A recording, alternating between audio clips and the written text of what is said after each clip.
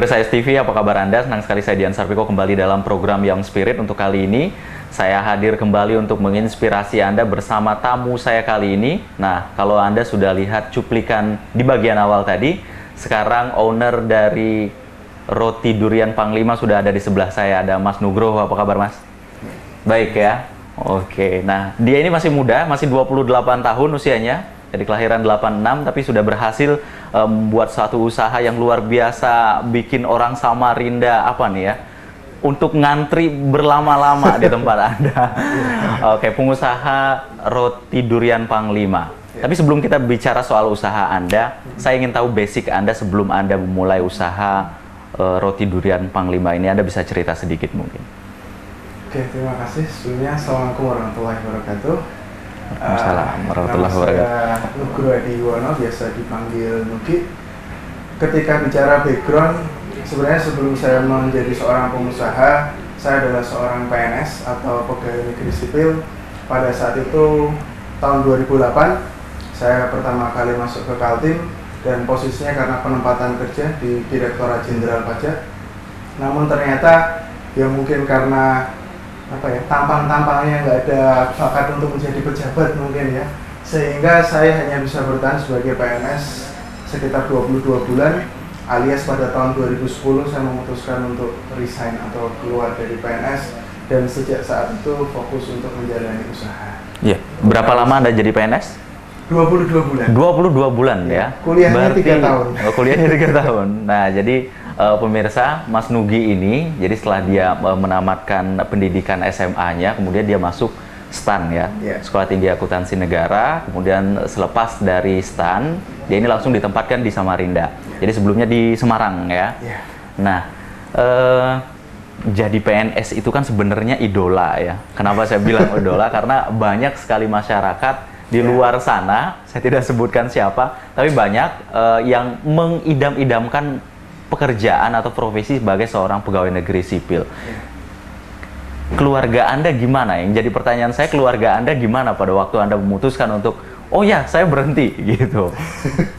Ya, tentunya pada saat saya memutuskan untuk keluar dari PNS, tidak semua keluarga saya setuju, ya. Terutama dengan orang tua saya, terutama dengan ibu, gitu. Karena pada saat itu pun, kenapa kok saya masuk STAN? Ya sebenarnya itu karena keinginan dari orang tua. Keinginan orang tua pada waktu itu? Orang tua. Karena pada saat itu prinsipnya ya, ridho Allah itu tergantung ridho orang tua. Maka pilihan ketika kuliah pun, saya banyak ikut keinginan orang tua. Namun ternyata ketika bicara soal hasrat, bicara soal passion, kok ternyata berbeda gitu.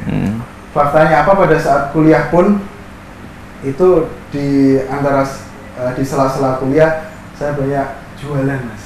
Jualan pada waktu itu? Apa yang bisa dijual, pokoknya saya jual. Anda jualan apa? Contohnya pada saat itu karena saya kuliah di Jakarta, maka saya ambil baju dari Tanah Abang, terus kemudian dijual di Semarang. Gitu. Bersama dengan teman SMA saya di Semarang. Lumayan hasilnya. Terus kemudian bikin baju, bikin pin, fakultas, universitas, seperti itu. Ya lumayan. Anda punya keahlian desain juga kayaknya ya? Sedikit-sedikit. Sedikit ya? Dan itu ternyata berdampak kepada IPK saya. Karena terlalu asik berjualan, akhirnya IPK saya pun anjlok. Standar lah, Mas. Ya nggak anjlok banget. Oh, nggak anjlok ya, tapi turun ya? Turun. Jadi kalau di STAN itu, kalau yang lulusan terbaik itu penempatan Jakarta. Lulusan paling buruk tinggal milih. Atau ujung barat, ujung timur. Aceh atau Papua. Nah, IPK saya itu di tengah-tengah. Pada saat itu, ketika memilih penempatan kerja, terus terang yang saya cari bukan kantor ini enak atau tidak ya, terus kemudian kepala kantornya enak tidak ya, tapi saya tidak memikirkan ke situ. Apa yang Anda cari? Potensi usahanya bagus atau tidak. Oh gitu.